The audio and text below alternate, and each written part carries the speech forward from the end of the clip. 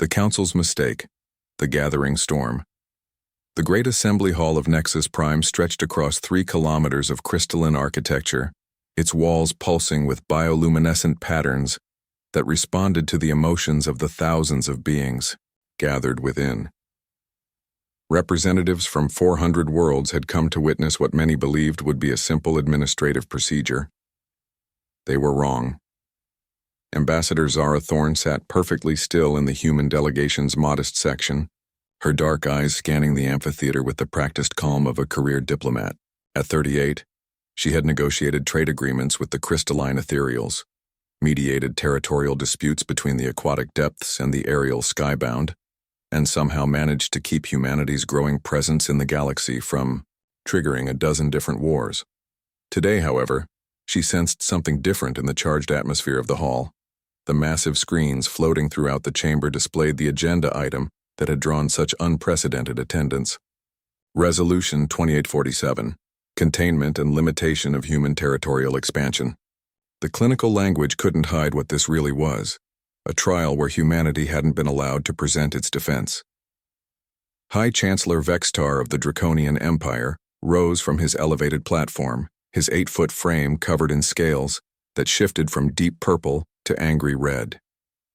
His species had ruled 17 star systems for over a millennium, and their military might was legendary throughout the galaxy. When he spoke, his voice carried the authority of someone accustomed to absolute obedience.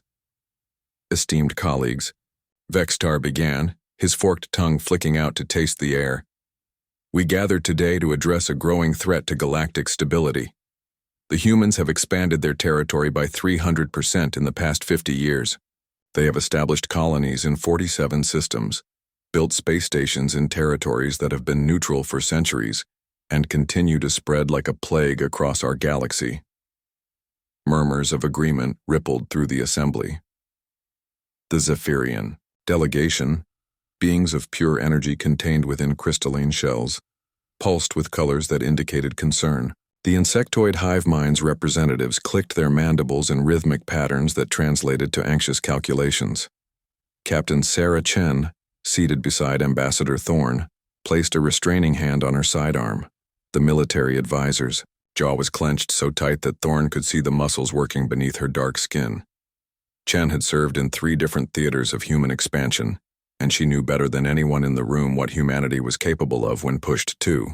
Far Council Speaker Melandra, a being of such ethereal beauty that looking directly at her required special filters, raised one translucent hand for silence. Her voice resonated through the hall without any apparent source, a trick of her species' advanced telepathic abilities. TCU. Floor recognizes High Chancellor Vextar to present the Draconian Empire's proposal, she announced. Vextar's presentation was both comprehensive and damning. Star charts showed human expansion patterns, economic data demonstrated the impact on traditional trade routes, and military intelligence reports detailed the concerning advancement of human technology. What he didn't mention, and what Ambassador Thorne noted with growing alarm, was any attempt to understand why humans were expanding so rapidly. The solution is clear, Vextar concluded, his scales now a deep crimson that indicated absolute conviction. We must establish firm boundaries for human expansion. No new colonies beyond their current territories. No military vessels beyond a 50 light-year radius of their home system. No technological exchanges with neutral species. And most importantly, immediate withdrawal from the disputed Orion arm systems. The response was immediate and overwhelmingly positive. The Aquatic Confederation's representative surfaced in his containment tank, creating waves that the translation matrix interpreted as strong support. The silicon-based collective's geometric forms rearranged themselves into patterns that clearly indicated agreement. Even the normally neutral ethereal observers shifted their luminous forms in ways that suggested approval.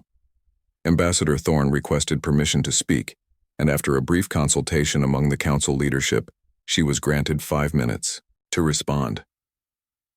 As she walked to the central speaking platform, she was acutely aware of the thousands of eyes, sensors, and consciousness probes focused on her.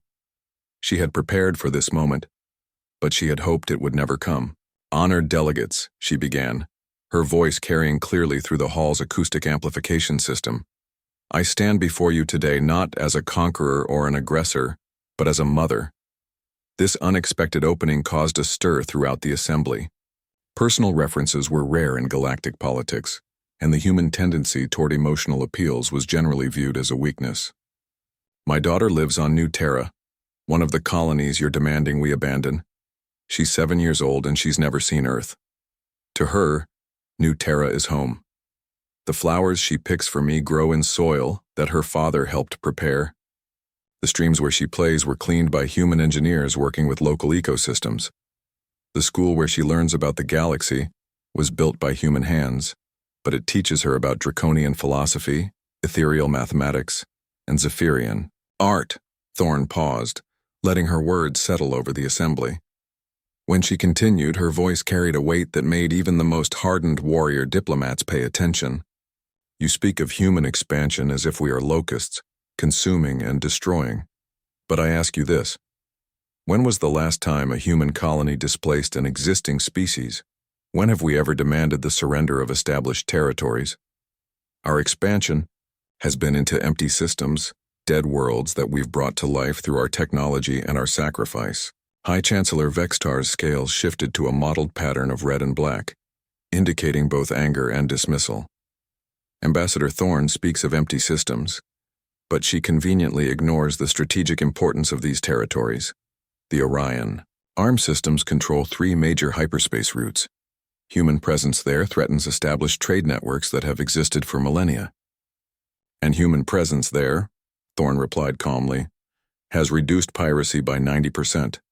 Established the first truly neutral refueling stations in the sector, and created trade opportunities that have benefited every species in this room. But I understand your concerns, Chancellor.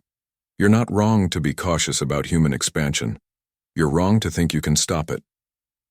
The silence that followed was profound. Ambassador Thorn had just made what sounded like a threat in the most diplomatic language possible, and every being in the hall understood the implications. Council Speaker Melandra's ethereal form shimmered with what might have been uncertainty. Ambassador Thorn, are you suggesting that humanity will ignore the will of the Galactic Council? I'm suggesting, Thorn replied, that humanity has never been good at accepting limitations imposed by others. Our history is full of examples of what happens when people try to build walls around us. We don't break the walls down out of spite or aggression. We break them down because there are people we love on the other side. Captain Chen watched the assembly's reaction with growing concern. The military part of her mind was already calculating response times, fleet positions, and strategic resources. The human part of her was thinking about her own family, about the communities they'd built among the stars, about the children who called distant worlds home. The debate that followed was intense, but predictable. Speaker after speaker rose to support the draconian proposal, citing concerns about human unpredictability, their rapid technological advancement, and their disturbing tendency to adapt to any environment they encountered. The few voices that spoke in favor of humanity were quickly shouted down or dismissed as naive. The vote, when it came, was overwhelming. 847 in favor of the restrictions, 127 against, with 23 abstentions. The human delegation's single vote hardly mattered in the face of such opposition. High Chancellor Vextar's victory speech was brief but pointed. The galaxy has spoken. Humanity has 30 standard days to comply with these restrictions. Any human military vessel found beyond the approved boundaries after that time will be considered an act of aggression against the Galactic Council. Any colony that refuses to evacuate will be removed by force. As the assembly began to disperse, Ambassador Thorn requested one final moment to speak. The request was granted, though many delegates were already heading for the exits, confident that the human problem had been solved. Thorn walked slowly back to the central platform, her diplomatic facade finally beginning to crack. When she spoke, her voice carried none of the careful political language she'd used before. Instead, it carried the weight of absolute certainty. You've made a mistake today, she said simply.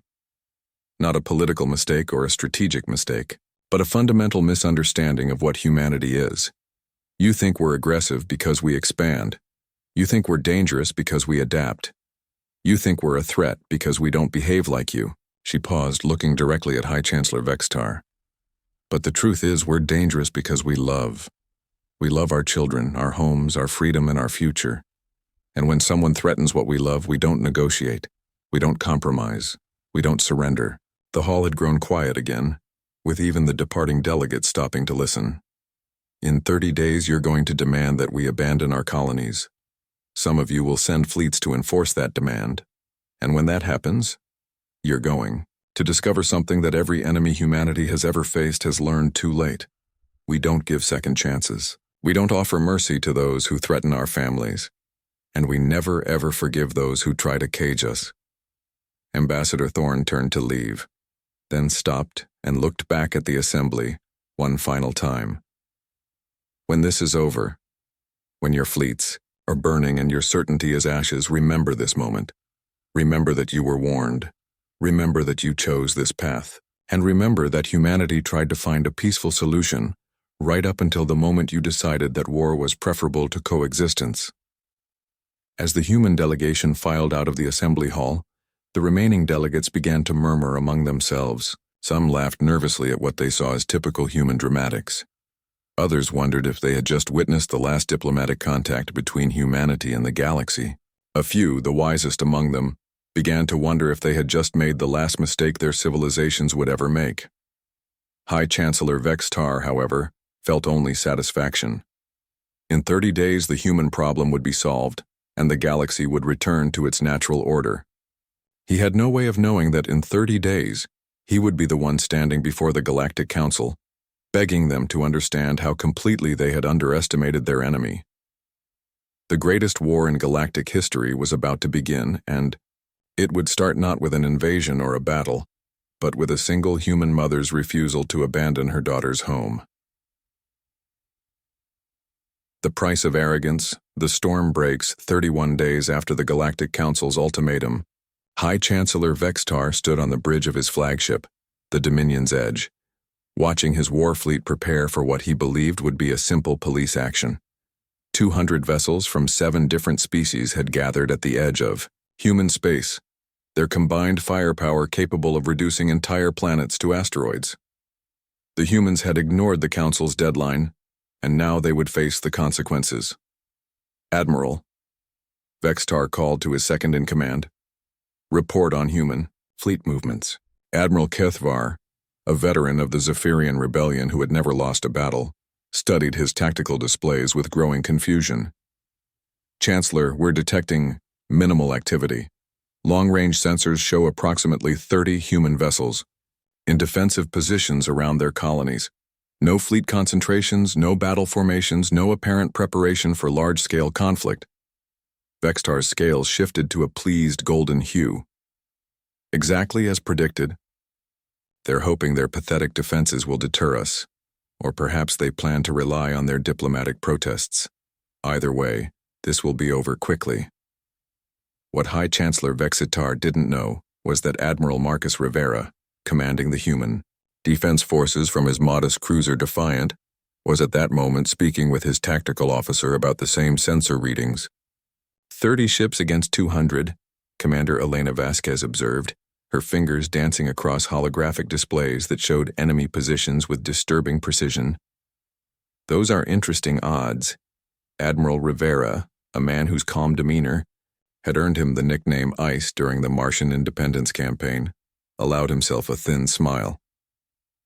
"Interesting is one word for it. Are our packages in position?" "All 73 deep space platforms are active and awaiting orders," Vasquez confirmed. "The Draconians still think they're looking at mining stations and communication relays." "And Dr. Mitchell's special projects?" "The quantum torpedoes are loaded and ready. The dimensional disruptors are charged. And the good doctor sends his compliments along with a reminder that we only get one shot at this." Dr. James Mitchell had been Earth's leading theoretical physicist until the day pirates attacked the research station where his wife worked. She didn't survive the assault, and Mitchell had spent the last 5 years turning his knowledge of exotic physics into weapons that would have given nightmares to the universe's worst tyrants. The Galactic Council was about to discover why humanity's greatest scientists often made its most dangerous soldiers. The battle began exactly as High Chancellor Vextar expected.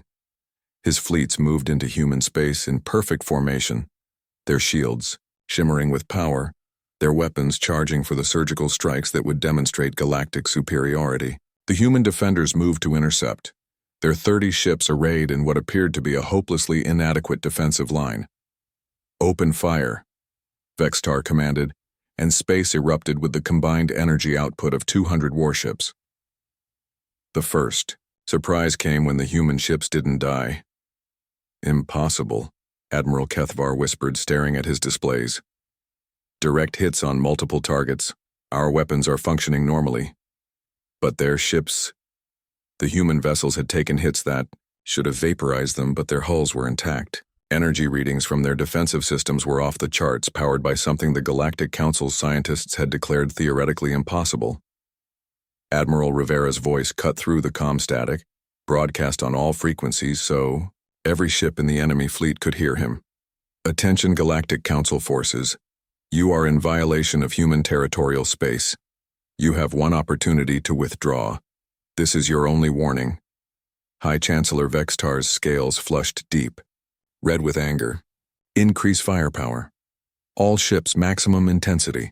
I want those human vessels reduced to scrap metal." The second barrage was even more intense than the first, but the results were the same. The human ships absorbed energy that should have destroyed. Small moons, their mysterious defensive systems converting the attacks into nothing more than light shows. "Now," Admiral Rivera said quietly. Commander Vasquez smiled as she activated the first phase of humanity's response. Activating stealth platforms. Across the battlefield, 73 installations that had been masquerading as civilian infrastructure suddenly revealed their true nature. Advanced weapons platforms, invisible to conventional sensors, began targeting the Galactic Council fleet with weapons that hadn't existed in anyone's database a month earlier. The quantum torpedoes hit first. Unlike conventional weapons that relied on kinetic or energy damage, these weapons attacked the fundamental forces that held matter together. Ships simply ceased. Not destroyed, not vaporized, but reduced to their component atoms in displays of light that were beautiful and terrible to behold. "Evasive maneuvers," Vextar roared, but the hidden platforms had been positioned with mathematical precision. There was nowhere to run. The dimensional disruptors came next, opening microscopic rifts in space-time that created gravitational anomalies inside enemy vessels. Ships found themselves crushed by their own mass as local physics became suggestions rather than laws. But the most devastating weapons were the simplest ones. Dr. Mitchell had taken human mining equipment and made a simple modification. Instead of boring through asteroids, the devices now bored through the space between dimensions. The result was weapons that bypassed every known form of shielding by attacking from directions that didn't technically exist. In the space of 10 minutes, the Galactic Council's mighty fleet was reduced to 47 surviving vessels, all damaged, all frantically trying to retreat to minimum safe distance. High Chancellor Vextar stared at his tactical display in horror. How is this possible? Our intelligence indicated they had no advanced weapons technology. Admiral Kethvar's voice was hollow with shock. "Chancellor, I'm receiving priority. Transmissions from the surviving fleet commanders. They're all reporting the same thing. Human technology that shouldn't exist, weapons that violate known physics, defensive systems that convert energy attacks into power for their own weapons." "Pull back," Vextar ordered. "Regroup at coordinates 77 Alpha. We need to reassess." But Admiral Rivera wasn't finished with his lesson. "Attention Chancellor Vextar." His voice came through clear communication channels that shouldn't have been able to penetrate draconian security systems. "You seem to be under the impression that this engagement is over. Allow me to correct that misunderstanding." The human fleet, all 30 ships still intact and undamaged, began to advance. As they moved, something unprecedented happened. They began to multiply. "Holographic projections," Admiral Kethvar said hopefully, but his tactical systems were registering solid mass readings from all of the new contacts. Dr. Mitchell's masterpiece wasn't just the exotic weapons he'd created. It was the quantum manufacturing systems that could create perfect duplicates of existing ships using nothing but energy and the mathematical patterns stored in quantum memory banks. Every human vessel was now a factory capable of producing copies of itself. And they had been quietly doing so throughout the battle. What had been 30 human ships was now 300, then 600, then 1,200. "We surrender," Vextar transmitted on all frequencies. "We withdraw. We accept defeat." Admiral Rivera's response was broadcast throughout the galaxy, picked up by monitoring stations on 1,000 worlds. "Chancellor, you seem to have misunderstood the nature of this conversation. This isn't a battle that ends with surrender. This isn't a conflict that concludes with withdrawal. You threatened our families. You demanded we abandon our homes. You brought a fleet to enforce your will upon free people." The human fleet continued to expand, now numbering in the thousands. But more terrifyingly, long-range sensors were detecting similar expansions around every human colony. The defensive fleet that the Galactic Council had dismissed as inadequate was revealing itself to be the tip of an iceberg that defied comprehension. "You wanted to see what human expansion looked like when we stopped being polite about it," Rivera continued. "Every ship you're looking at can manufacture 100 more within an hour. Every weapon we've fired can be replicated and improved. Every defensive system we've deployed can be installed on vessels that didn't exist yesterday." The truth was becoming clear to the surviving fleet commanders. Humanity had been holding back. Their expansion hadn't been aggressive, it had been restrained. They had the technology to claim the entire galaxy, but they had chosen to spread slowly, to coexist, to build rather than conquer, until someone decided that coexistence wasn't acceptable. Commander Vasquez looked up from her displays with something like pity in her eyes. "Admiral, we're receiving surrender requests from 47 different species. They're all offering to withdraw from the conflict immediately." "Too late for that," Rivera replied. "Send a message to Ambassador Thorne. Tell her it's time for Phase 2. 30 light-years away on Nexus Prime, the Galactic Council was in emergency session. Reports were flooding in from across the galaxy as human defensive positions revealed themselves to be construction facilities for technologies that made the galaxy's most advanced civilizations look like children playing with sticks. "Ambassador." Thorne walked into the assembly hall to find it in chaos. Representatives were screaming at each other in dozens of languages, accusations flying about intelligence failures and political miscalculations. When she reached the central speaking platform, the hall gradually fell silent.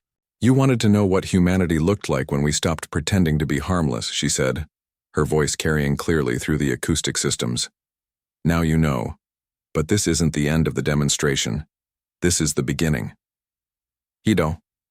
Chancellor Vexistar's image appeared on the great screens, transmitted from his damaged flagship. His scales had gone completely gray, a color that indicated despair among his species. "Ambassador Thorne," he said, his voice barely above a whisper. "My fleet is destroyed. My people are defeated. What more do you want?" "I want you to understand," Thorne replied, "that 31 days ago, you had a choice. You could have chosen to work with us to find solutions that benefited everyone. Instead, you chose to threaten our children. You chose to demand we abandon our homes. You chose war over diplomacy." The screens around the hall lit up with tactical displays from across the galaxy.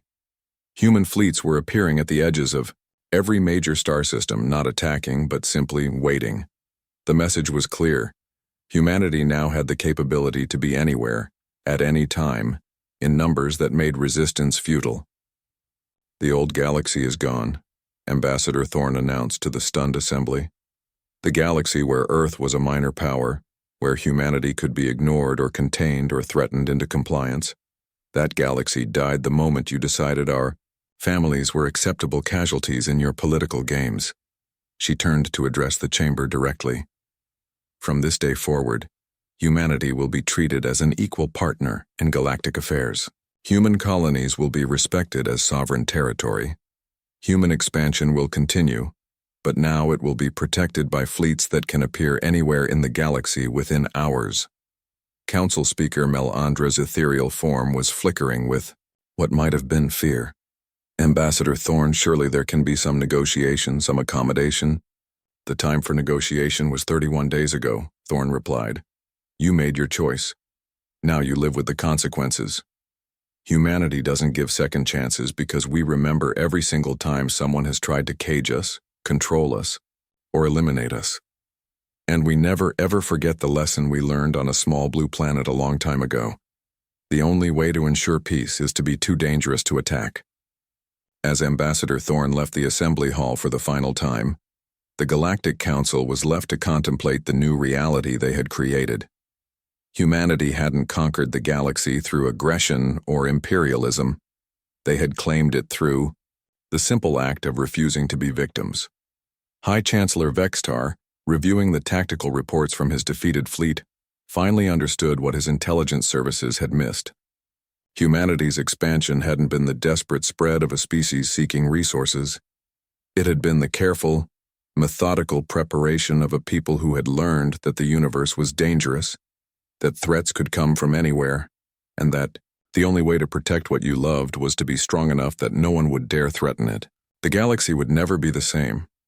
And in the end, that was exactly what humanity had been trying to tell them all along. The age of human restraint was over. The age of human dominance had begun. And it had all started with a simple diplomatic warning that no one had bothered to take seriously. They would never make that mistake again.